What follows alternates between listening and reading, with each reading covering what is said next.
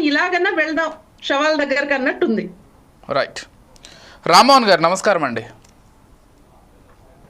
నమస్కారం. అంటే జరిగినటువంటి ఘటన అయితే ఖచ్చితంగా కొంత బాధాకరమనే చెప్పుకోవాలి. అతను చనిపోయిన తర్వాత అంటే ఆ కార్ కింద పడిన తర్వాత కూడా వెంటనే హాస్పిటల్లో చేర్పించలేనటువంటి ఒక పరిస్థితి అక్కడ ఏర్పడింది. కారణాలు ఏవైనా ఉండొచ్చు, అక్కడ కార్యకర్తల క్రౌడ్ ఎక్కువగా ఉండుండొచ్చు, లేకపోతే ఎవరి హడావిడిలో జగన్మోహన్ రెడ్డి గారిని చూడాలనేటువంటి కుతూహలంలో వాళ్ళంతా ఉండుండొచ్చు. జగన్మోహన్ రెడ్డి గారికి కూడా ఆ విషయం తెలుసో లేదో మరి మనకి ఇప్పటికైతే కన్ఫామ్గా తెలియదు, ఎందుకంటే ఆయన కాన్వాయ్లో అటువైపు నిజంగానే ఉన్నారు, ఆ విజువల్స్ మనం చూస్తే కూడా. కాబట్టి ఆయనంతటా ఆయన చేయుతూ ముందుకు వెళ్ళిపోయారేమో. కానీ ఖచ్చితంగా కార్యకర్తలు ఇంత జరుగుతుండి ఆయన సొంత కాన్వాయ్పై ఒక వ్యక్తి పడిపోయి అంతలా ఇదైనప్పుడు కనీసం చెప్పకుండా ఉంటారా? ఈ డౌట్స్ కూడా రాకపోవట్లేదు. ఎలా చూడాలి ఈ అంశాన్ని? అండ్ ఈ అంటే ఈ జనాలు లేకపోతే మూర్ఖులు అనాలో నాకేం అర్థం కాదు, కానీ ఒక వ్యక్తిని అంతలా ఆరాధించి ఇలాంటి ఒక పరిస్థితి ఎందుకు తెచ్చుకుంటున్నారో, అంటే కేవలం జగన్మోహన్ రెడ్డి గారిని ఆరాధిస్తున్నారు అనేటువంటి విషయం నేను చెప్పట్లేదు. ఎవరినైనా ఏ రాజకీయ నాయకుడినైనా కానీ వ్యక్తిగత ఆరాధన అనేది ఎక్కువైపోతుంది అనేది నా అభిప్రాయం. ఏం చెప్తారు? విజయ్ గారు, మీకు అట్లాగే ఆశాబిందు గారికి, రెడ్డి గారికి, 4 సైడ్ టీవీ ప్రేక్షకులకు నమస్కారం. నేను ఒక 50 ఏళ్ల జర్నలిజంలో చాలా ఇటువంటి సంఘటనలు చూశాను. కానీ గతంలో శ్రీశ్రీ గారు ఒక కవిత రాశారు, వస్తున్నాయి జగన్నాథ రథ చక్రాలు వస్తున్నాయి అని. అటు ఏడవకండి అన్నారు. కానీ ఇప్పుడు అదే శ్రీశ్రీ గారు బతుకుంటే ఏం రాసేవాడంటే ఆంధ్రప్రదేశ్ రాజకీయాల మీద వస్తున్నాయి రాజకీయ రథ చక్రాలు వస్తున్నాయి, నలిగిపోకండి రాసేవాడు స్పష్టంగా. అంటే మధ్యయుగ రాజకీయాలకు ఆలవాలంగా మారింది. నేను చాలా బాధతో చెప్తాను, కోపంతో కాదు. ఇవాళ కులగజ్జి రాజకీయాలు, మధ్యయుగ రాజకీయాలు, రాజు ఓడిపోతే ఒక రాజ్యాన్ని గెలిస్తే ఒక రాజు ఆడవాళ్ళను అట్లాగే మొత్తం పరివారాన్ని సొంతం చేసుకునేవాడు. చూస్తున్నాం మనం, చాలా సినిమాలు కూడా చూసినాం మనం ఏం జరిగిందో. అని అందుకని ఏమంటున్నానంటే ఇవన్నీ వాళ్ళ గెలిచిన వాడేమో సికిందర్ అవుతున్నాడు, ఓడిన వాడేమో బేరగా అడుగుస్తున్నాడు. అంటే ఓటమి గెలుపులు సహజము, ప్రజల్లో ఉన్నప్పుడు మాత్రమే మళ్ళీ గెలుపు వస్తుందని అనుకున్నప్పుడు వేరే ఉంటుంది. కానీ ఇక్కడ వ్యక్తి పూజతోని నా ఉద్దేశం ఏంటంటే ప్రజలను కూడా నిందించాలి. ఇట్లా ఈ వ్యక్తి పూజ ఎంతవరకు పోయిందంటే పూర్తిగా ఇట్లా చచ్చే వరకు పోతుంది అంటున్నాను. అంటే పల్లకి మోసే బోయిల్లాగా ఎప్పటికీ వాళ్ళకు అడుగుల మడుగులొత్తే వాళ్ళలాగా మిగిలిపోతున్నారు ప్రజలు తప్ప తమ జీవితాల గురించి, తమ జీవితానికి తామే హీరో అని ఎందుకు అనుకుంటలేరు, తమ జీవితాలకు తామే హీరోయిన్ ఎందుకు అనుకోవడం లేదు. నేను రాజకీయ పార్టీలో పోవద్దని అంటలేదు. నేను అందరం కూడా ఓటేస్తాను, నేను మీరు ఓటేస్తాం, ఏదో పార్టీకి ఖచ్చితంగా ఓటేస్తాను కాదంటలేదు. కానీ ఇక్కడ సమస్య ఏంటంటే వ్యక్తి పూజ మించిపోతే ఇట్లాంటి సంగతి జరుగుతుంది. ఇంకోటి ఏంటంటే ఆంధ్రప్రదేశ్ లో జరుగుతున్న పరిణామాలు చూస్తే ప్రతి దానికి ముఖ్యమంత్రుల దాకా, చిన్న సంఘటన కూడా ముఖ్యమంత్రి దాకా పోతుంది. నేను మాట దురుసుగా ఉన్న భార్యాభర్తల సంసారం చేయకపోతే కూడా జగన్మోహన్ రెడ్డి గారా చంద్రబాబు నాయుడు గారు ఆరోపించే పరిస్థితి తయారవుతుంది. నేను దానికి దృష్టాంతం చెప్తాను. కుప్పంలో ఒక ఆయన అప్పిచ్చిండు, ఒక ఆయన పోయి కొట్టిండు. కుప్పం ఎమ్మెల్యే కావచ్చు ఆయన, లేకుంటే రాష్ట్ర ముఖ్యమంత్రి కావచ్చు. అక్కడ సంఘటనకు ఏమైనా బాధ్యులు అవుతారు ఆ చంద్రబాబు నాయుడు గారు? ఎట్లా అవుతారు?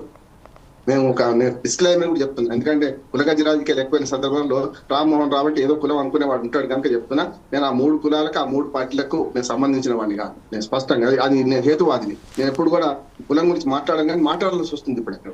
కనుక నా 3 కులాలకు సంబంధించిన వాడిని కనుక నేను చెప్తున్నా స్పష్టంగా. ఏమంటారన్నా ఒక దిక్కు మొగ్గు చూపితే ఇంకోటి ఆరోపణ చేసే అవకాశాలు చాలా ఉంటాయి కనుక. రెండోది ఏమంటున్నానంటే చంద్రబాబు నాయుడుకు కుప్ప సంగతిలో సంబంధం ఉంటుందా? బట్టగాల్చి మీదేసింది కదా. ఇప్పుడు ఇక్కడ కూడా గత 2 రోజులుగా చూస్తుంటే ఒకటేమో ప్రతిపక్ష నాయకుడిగా ఎక్కడికి వెళ్ళినా పోనీ అంటే నష్టమే లేదు అంటున్నాను. ఎప్పుడైతే ఆంక్షలు పెడతారో ఆ స్ప్రింగ్ కిందికి వచ్చితే పైకి లేస్తుంది. నేను ఆనాడు 100 మందితో పొమ్మన్నప్పుడే నేను వేరే టీవీ ఛానల్లో స్పష్టంగా చెప్తున్నా, ఇది కరెక్ట్ కాదు, జగన్మోహన్ రెడ్డి గారిని ఫ్రీగా ఇచ్చిపెట్టండి. ఏం కాదు, నష్టం ఏమైతుంది? మనకు 100 కాదు 200 మందితో పోతుంది, నష్టం ఉంది మీకన్నా. ఆ పరామర్శనే తప్పు. మళ్ళీ అది కూడా చెప్తున్నా, ఆ పరామర్శలో ఎందుకు తప్పు అంటున్నా అంటే ఎవరైనా చనిపోతే పరామర్శించడం వద్దట్లేదు.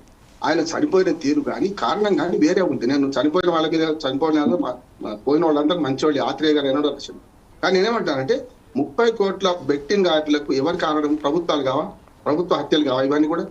అందుకని ఏమంటా అంటే ఆయన బెట్టింగ్ యాప్లు చనిపోయిన ఎట్లా చనిపోయినా కార్యకర్త అనుకుని పోయినాడు సంవత్సరం తర్వాత. అంటే దొంగలు పడ్డానికి 6 నెలలకు కొన్నాడు. అంటే 6 నెలల తర్వాత, సంవత్సరం తర్వాత పోయి విగ్రహావిష్కరణ చేస్తున్నారు. ఆయన గొప్పవాడు ఏం కాదు, పెద్ద రాజకీయ నాయకుడు కాదు, లేకుంటే సంఘ సంస్కర్త కాదు, కానీ చేసుకున్నారు. వాళ్ళకి ఇష్టం, అభిమానం వారిది. విగ్రహావిష్కరణకు పోయే సభలో ఇంతమందితో ఎందుకు పోవాలని ఈయన జ్ఞానం ఉండాలి. అట్లాగే పోతే పోనీ ఇంతమంది అసలు యాక్చువల్ గా వద్దన్న తర్వాతనే సమీకరణ జరిగిందని నేను అనుకుంటున్నాను. ఎస్పీ గారు ఎప్పుడైతే 100 మంది 3 కాన్వాయ్లు 3 కార్లు ఉండాలని ఇవి 100 మంది కన్నా ఎక్కువ పోవద్దని ఆంక్షలు పెట్టినప్పుడు స్పష్టంగా చెప్పినాను, ఇది కరెక్ట్ కాదు, ప్రతిపక్ష నాయకులు స్వేచ్ఛగా తిరగని నష్టం ఉన్నది. అంతకుముందు తిరగనియకపోతే మనం మీరు బాధ అనుభవించాలి కదా.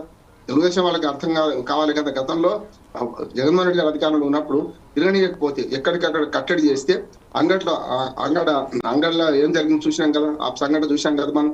మళ్ళీ ఏమైంది, పోలీసులు ఎప్పుడు కూడా శాంతి భద్రతలు కాపాడాలని చూస్తారు, ప్రభుత్వం ఆదేశాలు పాటిస్తారు. అందుకని వాళ్ళు ఎప్పుడైనా ప్రభుత్వాన్ని ఆదేశాలు జగన్మోహన్ రెడ్డి చంద్రబాబు నాయుడు కూడా పాటించేవాడు. ఇక్కడికి వచ్చేవారికల్లా ఆంక్షలు విధించడం మొదటి తప్పంటున్నాను. ఆంక్షలు విధించిన తర్వాత వీళ్ళు ఇంతమంది ఎట్లా పోయేదంటున్నా అంటే ప్రభుత్వం మరి యంత్రాంగం విఫలం కదా. 25 చెక్ పోస్టులు పెడతారు, మరి 100 మంది అంటే 1,000 మంది ఎక్కడి నుంచి వచ్చిండ్రు, పుట్టుకొచ్చిండ్రు అక్కడిక్కడ చీమల్లాగా ఎక్కడి నుంచి వచ్చిండ్రు అంటే ఏదో పొరపాటు జరిగింది, మొత్తం మీద ఏదో రకంగా సమీకరణ జరిగింది. మామూలుగా మనం కారులో వెళ్తుంటే యాక్సిడెంట్ జరిగిన అడిగేట్ చెప్తున్నాను, యాక్సిడెంట్ జరిగితే డ్రైవర్ తప్పు అవుతుంది తప్ప ఏది యజమాని తప్పు కాదు ఎప్పుడు కూడా. అది కాదు, యజమాని ఏం చేస్తాడు, డ్రైవర్ ఎట్లా ఆడుతున్నా చూస్తుంటాడు, కానీ ఓ పేపర్ చదువుకుంటాడు, లేకుంటే ఏదైనా మీటింగ్ లో ఉంటాడు, లేకుంటే ల్యాప్టాప్ తెలుసుకొని ఉంటాడు, ఆడు ఏం జరుగుతుందో చూడలేడు కదా. కానీ ఇది అట్లా కాదు, ఇది ఒక పబ్లిక్ మీటింగ్ చేస్తున్నప్పుడు జగన్మోహన్ రెడ్డి గారు మామూలుగా చూడండి, మీరు ఏదైనా మామూలు కాన్వాయ్ పోతుంటే ముఖ్యమంత్రి మంత్రులు గాను ఉన్నవారు కూడా కాన్వాయ్లో కాకుండా ఏదైనా మామూలు యాక్సిడెంట్ వేరే వాళ్ళతో వేరే వాహనాలతో యాక్సిడెంట్ అయితే కూడా ఆపి దగ్గరికి వెళ్ళి అప్పుడు ఫోజులు ఇచ్చేస్తారు. ఎందుకంటే ధర్మదాత లేకపోతే మానవతా దృక్పథం ఉన్నదని ఫోటోలకు ఫోజులు ఇచ్చేస్తారు. వాళ్ళని హాస్పిటల్ తరలించడానికి తమ వాహనాలు తరలిస్తారు. ఇంకా గట్టిగా మాట్లాడితే మన గాయపడ్డ వాడిని ఎత్తుకుంటారు, తీసుకెళ్లి మోస్తారు. ఇవన్నీ జిమ్మికులు చేస్తాను. జిమ్మికులు అంటే మానవతా దృక్పథం నేనే చేస్తాం, కానీ అది కొంచెం ఎక్కువ చేస్తారు అంటున్నారు. చేసేవాళ్ళు సొంత కారులో ఇంత సంఘటన జరిగితే పక్కకు లాగేకపోతేనైతే ఇంకా ఆయన మీద టైర్ ఎక్కే ఉంది కదా. లాగేస్తున్నప్పుడు కూడా జగన్మోహన్ రెడ్డి ఎందుకు చూడలేదు అనే సమస్య వస్తున్నది ఇక్కడ. ఇప్పుడు తన కారు కింద పడ్డాడు, ఇప్పుడు వేరే కాన్వాయ్లో పడితే ఒక మనిషి కొడితే వేరు, జగన్మోహన్ రెడ్డి కారు కింద పడ్డారు కదా, అది మొన్నటి దాకా వేరు, అది రోజు వేరే రకంగా స్కోరింగ్ అయింది. ఇవాళ తెలిస్తే మనకు అర్థమైంది ఏంది, తన కారు కింద పడ్డ వాడిని ఏం చేయాలి జగన్మోహన్ రెడ్డి గారు అంటే ఖచ్చితంగా మీటింగ్ పక్కన పెట్టండి, పోయి ఆ కారు కింద వాళ్ళు తీసేదాకా చూసి వేరే వాహనాల్లో చచ్చిపోయినా సరే చివరి ఆశ ఉంటుంది, దింపుడుగాల ఆశ ఉంటాయి కనుక వాళ్ళు పంపిస్తే చాలా పేరు వచ్చేది, ఆయనకి పేరు వచ్చేది, మేమంటే ఆయనకే క్రెడిట్ వచ్చేది. అట్లా కాదు అంటే రామ్మోహన్ గారు వెళ్ళిందే ఒక పరామర్శకి, మళ్ళీ ఒక మరణం జరిగినప్పుడు ఇంకా బెటర్ గా రియాక్ట్ అయింటే బాగుండేది అనేది ఖచ్చితంగా అందరి అభిప్రాయం. ఒక్క మాట సార్, నేను లాస్ట్ ఏమంటున్నానంటే అది ఆయనకే క్రెడిట్ వచ్చేది అంటున్నాను. రెండోది ఏమంటున్నాను, చనిపోయిన ఆయన దగ్గరికి ఇప్పుడు ఎక్కడో బెట్టింగ్ యాప్ లో చనిపోయిన ఆయన కార్యకర్త అవునో కాదో తెలియదు, కానీ దానికి మాత్రం పోయింది కదా.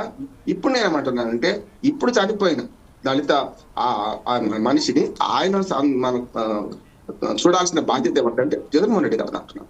తన కారు కింద పడ్డాడు కదా, ఈ 10 లక్షలు ఇచ్చి ఆయన పంపే బదులు తానే 10 రూపాయలు తీసుకోకపోయినా సరే తాను మీకున్నాను నేను అన్న కుటుంబానికి ఒక మాజీ ముఖ్యమంత్రికి ఆయనకే పేరు వచ్చేది కదా. నేనేమంటున్నాను, ఇప్పుడు ఈ మొత్తం ఎపిసోడ్ చూస్తుంటే ప్రతి చిన్న సంఘటనకు ముఖ్యమంత్రులు దాకా తీసుకెళ్తున్నాను, కరెక్ట్ కాదంటున్నాను. నెయ్యి ట్యాంకర్లు కల్తీ విషయంలో కూడా జగన్మోహన్ రెడ్డి గారు కావాలి ఉంటాడా, జగన్మోహన్ రెడ్డి గారు వాచ్మెనా, జగన్మోహన్ రెడ్డి గారు ట్యాంకర్లు చెక్ చేసే మనిషా అని ఆనాడు కూడా అన్నాను. ఇప్పుడు ఏమంటున్నానంటే ప్రతి రాష్ట్రంలో జరుగుతున్న ప్రతి సంఘటనకు ఏ మూల జరిగినా కూడా చీమ చిట్టుకుమన్నా కూడా రాజకీయ నాయకులకు ఎందుకు ఆపాదించుకుంటున్నారు, ఈ రఫా రాజకీయాలు ఏంటి, రఫాను సమర్థించడం ఏంటి, దాన్ని అందరం నేనైతే చాలా సార్లు ఆ మాట అనడానికి కూడా ఇష్టపడతాను. కానీ ఏమైతుందంటే తప్పనిసరి అవుతుంది కనుక ఆ యాక్షన్ చేయడం, ఏది పుష్ప సినిమాలో యాక్షన్ చేయడం, అది ఏంటి అని అడిగి తెలుసుకున్నట్టు చేయడం అన్ని తెలుసుకోవాలి అందరికి. దీనివల్ల ఏమైందంటే ప్రజల్లో ఈ నాయకులు పలచన అవుతున్నారు. దయచేసి గమనించండి, దీన్ని ఇక్కడికి ఎండ్ కార్డు పెట్టండి. ఎన్నికలకి ఏం జరగాలో మధ్యలో జరగాల్సింది చూడకుండా ఎన్నికల తర్వాత ప్రజాపాలన చేయకుండా ఇట్లాంటి చిల్లర పంచాయతీలు పెట్టుకుంటే ప్రజల్లో పార్టీలు చులకన అవుతాయి, నాయకులు చులకన అవుతాయి. రైట్. రెడ్డి గారు నమస్కారం అండి. నమస్తే.